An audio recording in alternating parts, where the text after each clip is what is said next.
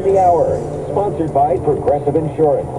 I'm Steve Kathan. An intense search and overwhelming grief in Texas. The pain, the shock of what has transpired these last few days has broken the heart of our state. Senator Ted Cruz getting a look at flood damage along the Guadalupe River. The known death toll is now 89, and Camp Mystic says 27 campers and counselors died in the surge of water. 11 are still missing.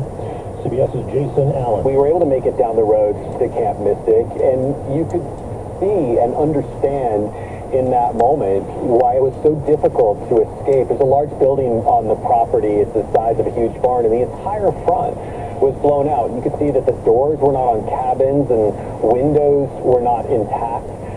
Everything from the grounds was gone. CBS's Maurice Dubois on scene. Some blame the National Weather Service for underestimating the flood risk and for lack of urgent alerts. Others note that Kerr County does not have its own flood warning system. Earlier this year, Texas lawmakers voted down a bill that would have boosted alert systems and communications for first responders.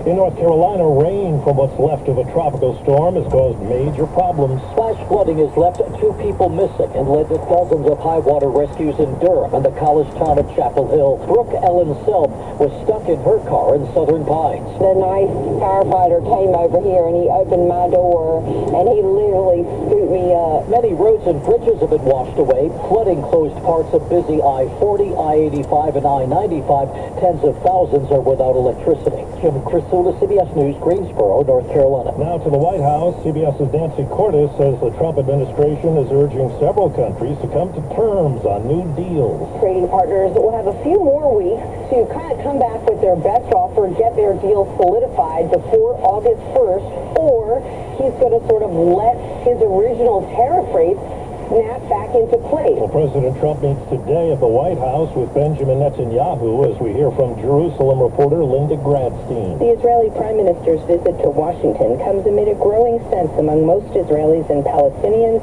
that it's time to end the 21-month-old war in Gaza. On the table is a 60-day ceasefire that would see 10 Israeli hostages released and a large amount of aid enter Gaza. Israel would also withdraw from most of Gaza.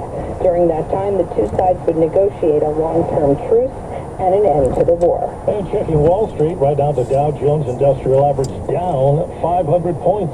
The S&P is down 58. This is CBS News. Well, that's today's news.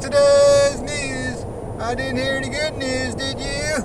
I didn't think so. I guess it's all about perspective. The glass is half full.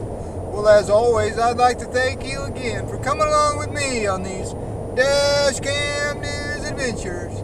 You know the drill. Peace, love, and all that hippie jazz. Bye-bye, everybody. It's 77 degrees in Dixon, California.